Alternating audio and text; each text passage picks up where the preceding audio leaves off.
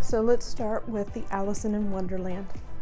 So the original Alice in Wonderland palette that came out was this one with 16 colors, and it had this awesome 3D display. I'm not sure how well that shows. That's all that I've been able to find from the original one. The second Urban Decay Alice Through the Looking Glass.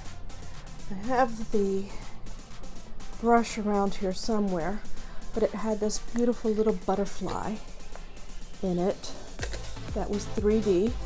It closes, the mirror closes, and it had 25 shades as well as the lipsticks that went with it. I really liked the lipsticks, so I also got a set of lipsticks and I kept them in the boxes, and I keep those boxes in here. But the lipsticks swatch out. This one kind of went off.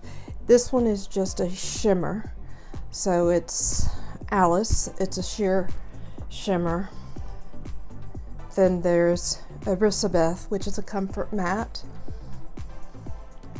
Mad Hatter, which is metallized, if that's how you say it. Murana, which is the same. And then this blue one, which is Time. But actually what I like doing is putting one and then on the outside of the lip, and then ombreing it and covering it with Time. That's my favorite combination. So, Alice Through the Looking Glass, Alice in Wonderland, and a cute little Mad Hatter box that I keep the original lipsticks in. So, I am going to use this to put some of the smaller items. As you can see, I have quite a few of the smaller eyeliner pencils. My favorite being Mildew because I love green. But I don't use them every day. So we're going to go ahead and put them up here. These are some of the old eyeshadows. Obviously I don't use them, but I thought it was neat. Oh, that is a beautiful green though. It's an olive green with a mildew glitter. Oh wow. Put it away, Nancy. Okay. So these are three that I had just because I wanted to see what the original, some of the original collection was like. So I'll use that to better organize this so that way the pencils will stand up. Next, this came with one of the smaller palettes, but I never use it and I didn't keep the box, unfortunately. Also, Urban Decay had these cream shadows a while ago that had a doe head applicator, and not that I use them, but I got them just because I got into makeup in 2015. So these had come and gone by the time I had gotten into makeup. I wanted to see what the cream shadows from Urban Decay was like a long time ago. So I went on Poshmark and found some old ones. They look really well pigmented too. I love greens. Purples. I'm really a sucker for purples too. I'm a sucker for any color. So let's put these up here with things that I don't use very frequently. Stuff, my loo. There we go. Since I have the colors of these quads and other palettes, I don't need to keep them out anymore, but I'm not getting rid of them because I love the packaging. So that's Get Baked. This is Urban Decay Summer. And Urban Decay Midnight Cowboy. Yes, it has lots of glitter. This one I think was probably a Sephora special for those who had enough points, but I have all the colors, so I'm going to put them away.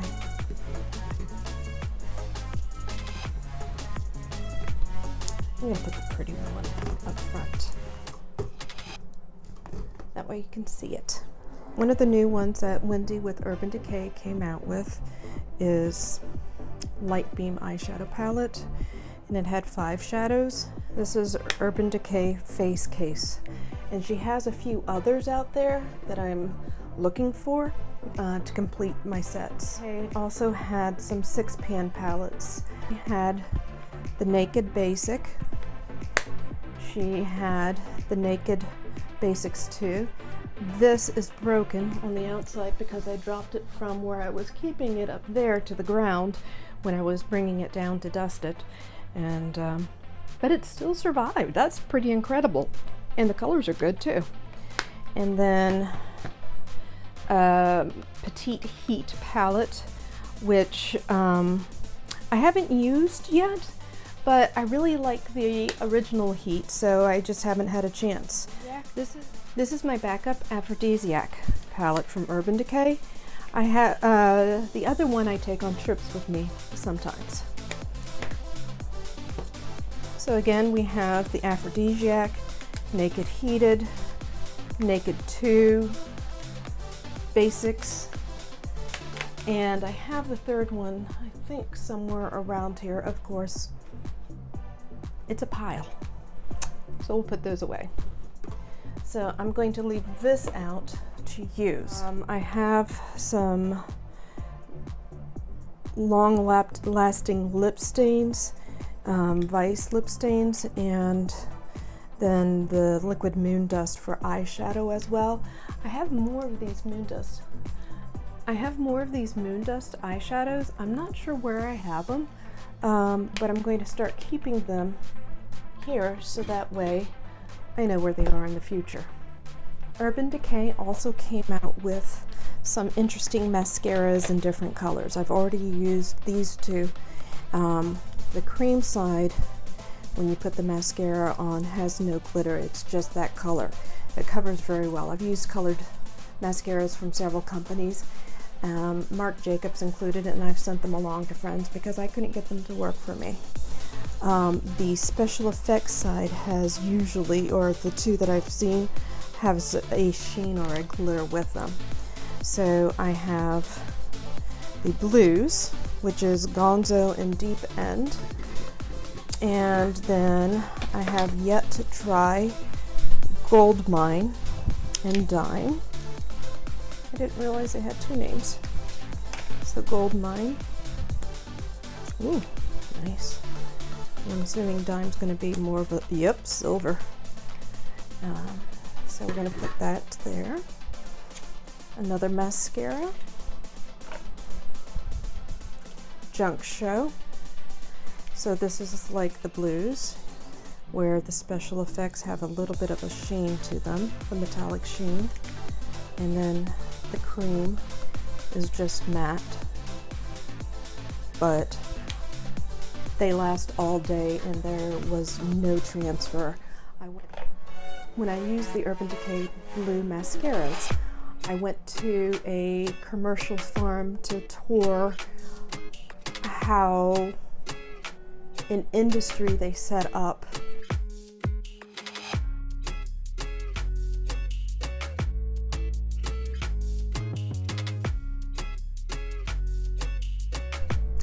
if they need agriculture to be kept in a climate-controlled environment. The temperature inside was 79 degrees with 35% humidity. I was sweating.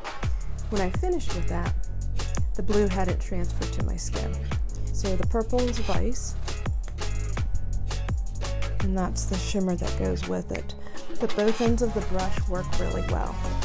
And then Mildew is my favorite eyeshadow color. And at a point I was concerned, what if they stopped making Mildew? So I bought them in singles. Then some of the cute singles that they used to have. There we go. Opens. And another single right here. They made a lot more.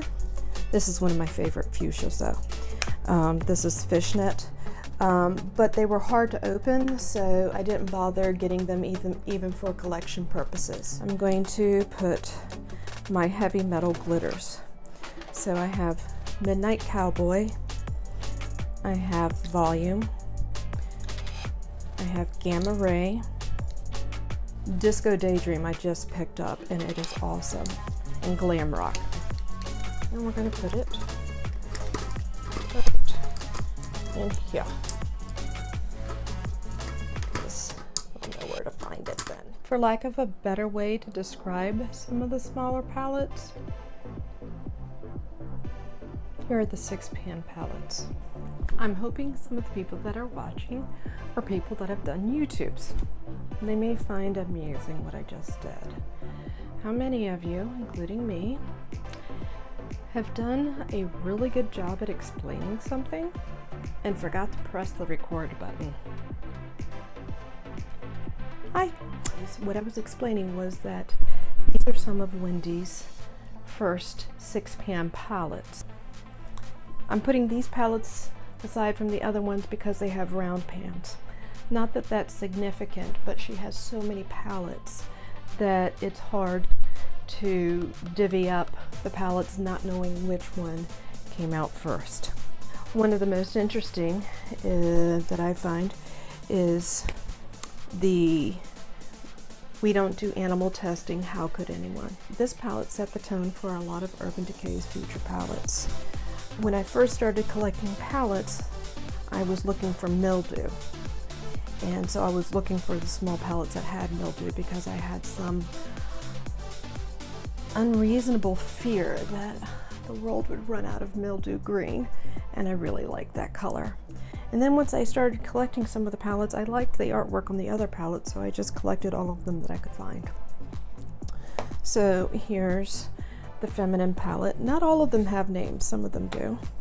This is the black palette. This is one, of course, it's going to be my favorite because it has mildew in it, but it doesn't have a name. That would be one of those that don't have a name. This is another one with mildew in it. It does have a name, the Dangerous palette. And then this palette doesn't have a name again. Interesting thing, if I remember correctly, these two palettes look just about identical. I think they are. So I'm not sure, what was that year, but these two palettes are identical on the inside, but have different fronts. I love both of the fronts though, so I have to keep both. Then we have Wendy's Contraband. Wendy, thank you very much for coming out with all these different eyeshadows and eyeshadow pants and eyeshadow designs. I know other people say it's just makeup, but to me it's art. And then the octopus that zips clothes even to this day. So we are going to put it in the back because they're old, so I don't use them anymore. I keep them more because I like the packaging and I have enough space. I don't really have enough space. I don't have enough space for a lot of my stuff, but I think I have enough space, so I do keep them, but I'm in denial. So these are the last of the small palettes that don't really go with any major palettes. These first two palettes, Nocturnal Shadow Box, and I'm not sure what this one is called, it's just called Shadow Box, were my first two small palettes that I had bought at Ulta from Urban Decay. They had a few mattes, but none of the mattes that I really love to blend out my transition zone. They do have some interesting shimmers. Lounge I really liked in Nocturnal Box.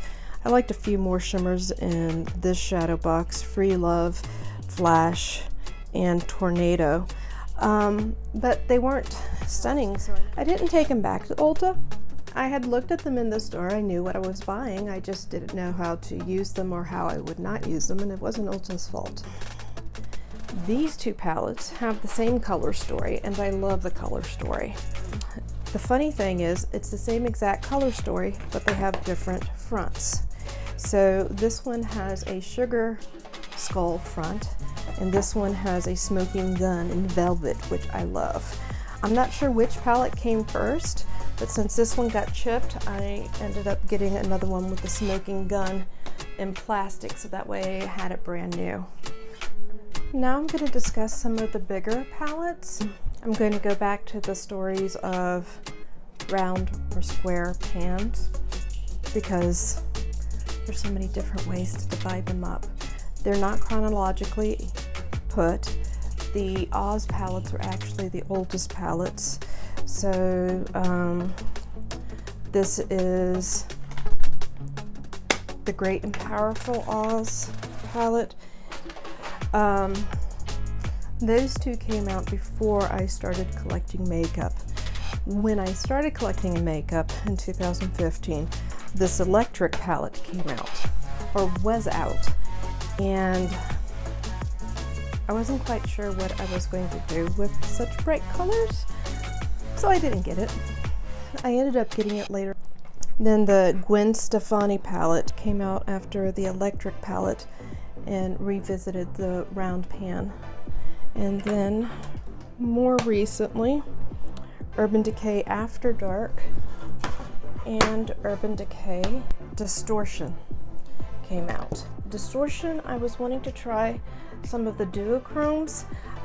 They were similar to some of the Kat Von D duochromes, so I never used this. This one, I really did like the creamy shimmers that they had. So these are my medium round pan palettes from Urban Decay. Thank you again, Wendy. So this collection I would call color and the lack of color.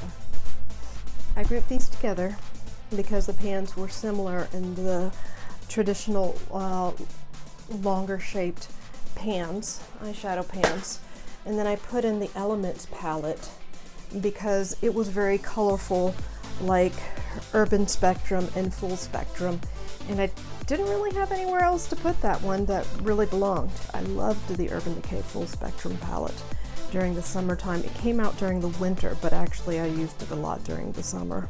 I got the Ultimate Basics palette, but right after I got the Naked Heat palette. The Ultimate Basics was a little bit too cool toned for me. As well, the Urban Spectrum eyeshadow palette was a little bit too cool toned. I liked the shimmers in this palette because it had some warm tone shimmers, and I was curious and I really liked using the mattes in these palettes. As these three mattes, it actually worked really well, so I was pleased. The next palettes that I'm going to show you are some older palettes. Urban Decay, the original Book of Shadows, Urban Decay Volume 2. This one is brand new, never been used, so there's a plastic container. I love the butterflies in it, and I love the colors. I have another one that I have swatched, and I love the colors. I can't find it right now. Volume 2 had the original opening and has a book.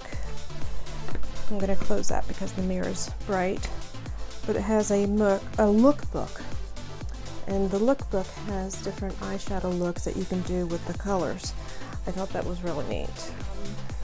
My husband's from New York City, so when I found out there was a New York City one, I bought the palette, but unfortunately the first one I bought didn't have working lights. The second one I bought, I love. It has the working lights and behind some of the buildings. The last Book of Shadows that I have, I think, is this one. I have another copy where when you open it up, these butterflies stand up, but this one's been a little bit banged up, but I love the idea of butterflies. It has the keychain, and apparently it had something electronic as well. It still has one of the original lookbook cards, but I'll have to find my better copy somewhere. The next section of Urban Decay cosmetics that I'm going to show you are the Vice books. I really liked the Vice books, especially for traveling. The way that it was set up, You just press a button and the mirror would stand up, so even if you were sitting on your bed, it was at a good angle to see the colors. The other thing about the eyeshadows had enough mattes to make good transitions and good creases, and had enough shimmers to tell different color stories every day of the week. My favorite is definitely the Urban Decay Limited Reloaded, the 20-year anniversary one. I love Gash. The red there, I don't have in any of my other ones, but surprisingly I love using that red in the mildew green. So this is where I found mildew green the first time, when I bought this palette, and I loved it. And my first one, I came close to hitting pan, and that's when I bought my other singles in mildew, and I stopped using the one in my original limited 20-year limited anniversary set.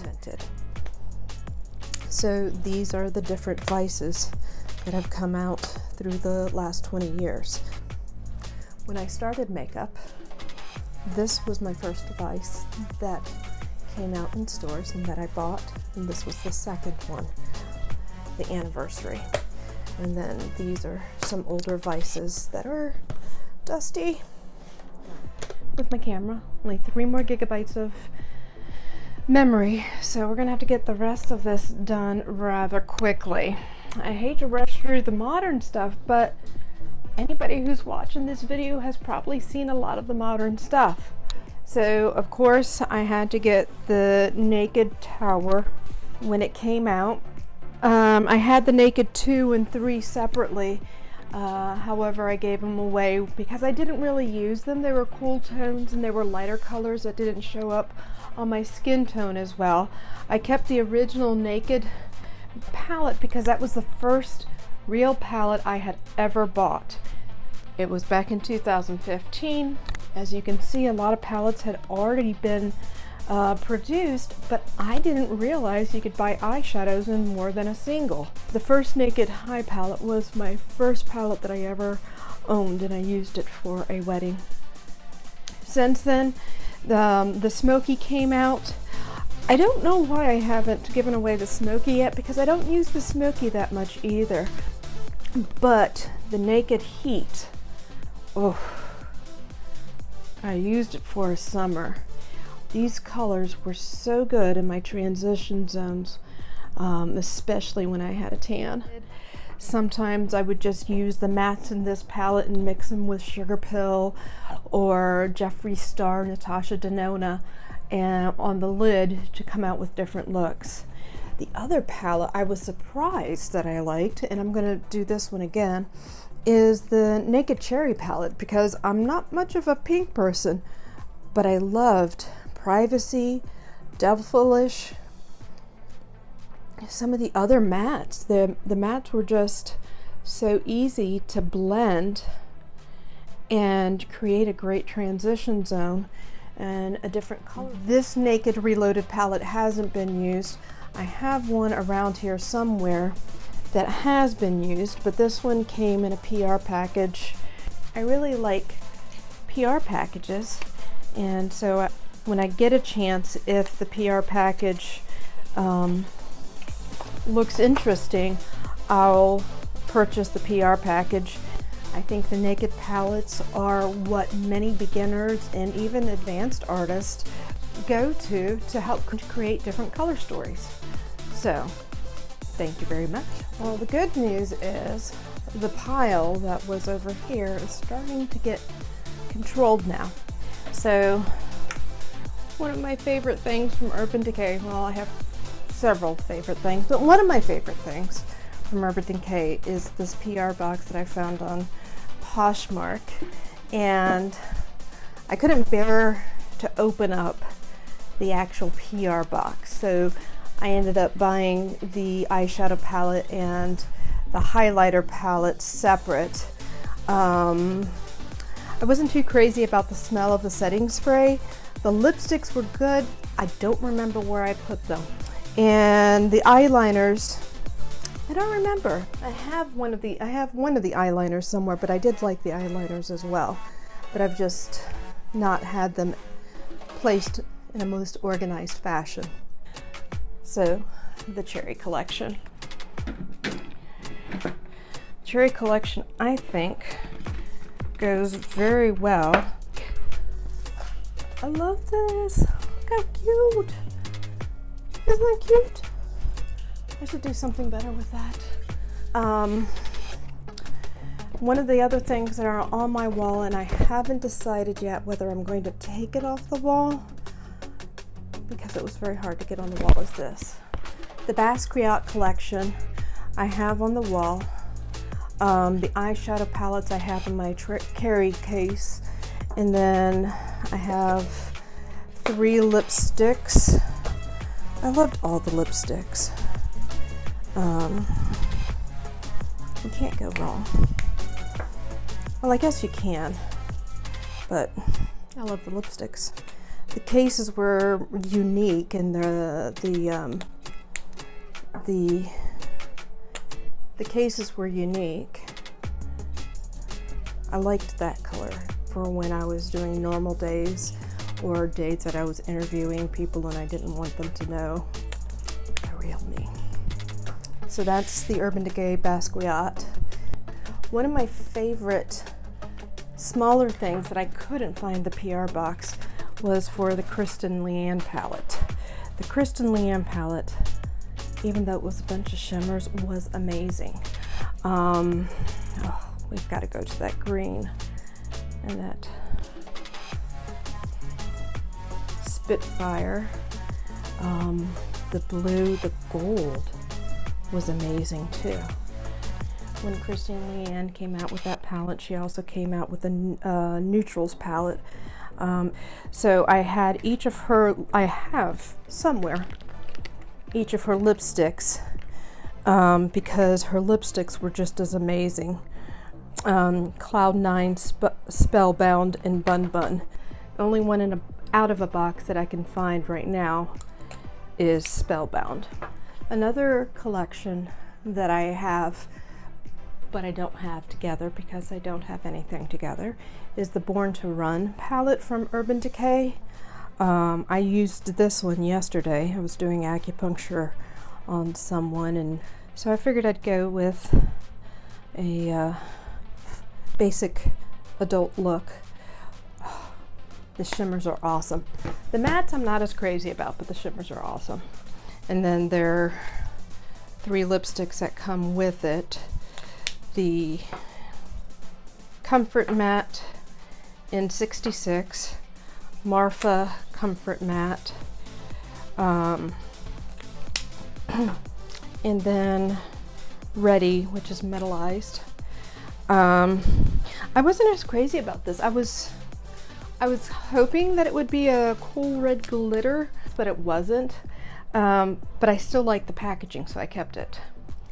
While Urban Decay was coming out with that series, they also had the Mini on the Run series, Detour, Shortcut, and Bailout. So each one has a different color story. This has purples, but it has a lot of the golds as well, and the neutrals. Shortcut has, I like the colors in Shortcut. It's a lot like the Naked Cherry palette, but I like, oh, that shimmer. We've got to try it. Let's see here. All right, I feel better. And then On the Run is the blue palette.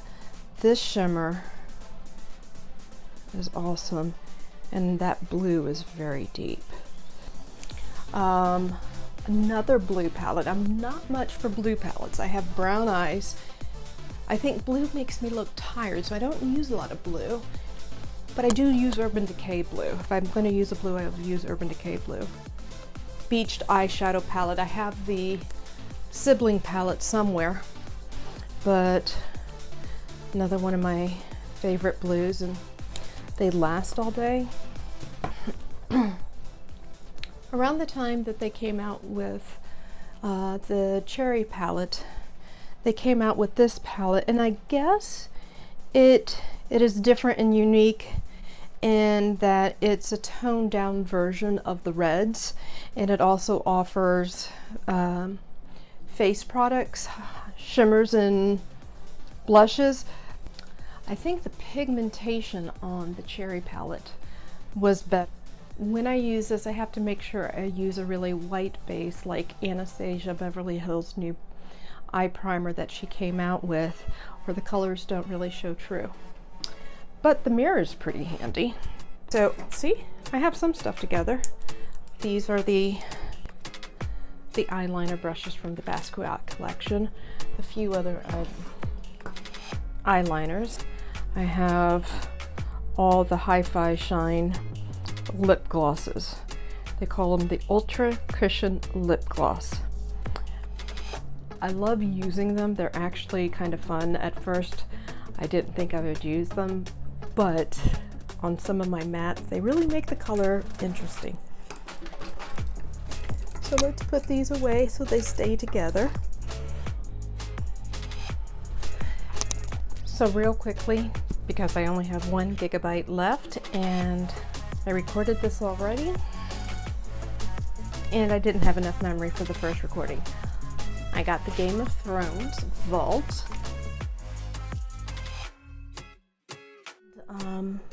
This is what's in the vault.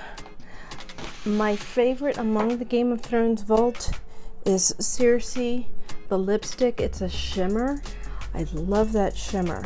Then we go to the eyeliners. My favorite 2 eyeliners are the blue, which is a nice warm blue, and Lannister Gold, which you just touch it and it draws itself, and that's amazing.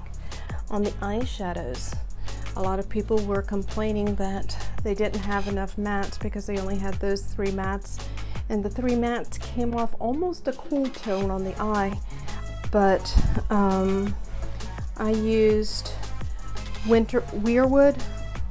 With the Weirwood, when you blended it out, it blended out the shimmer, so it didn't look like a shimmer. King's Landing was an amazing gold as well. You didn't have to cut your crease. You just put that on top of whatever you wanted to look gold, and it came out that color. Bay of Dragons was nice. It was more of a topper. That's where I originally swatched it.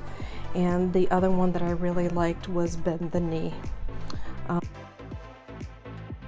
love purples as well as greens, but the face palette I didn't really use because I have so many other shimmers.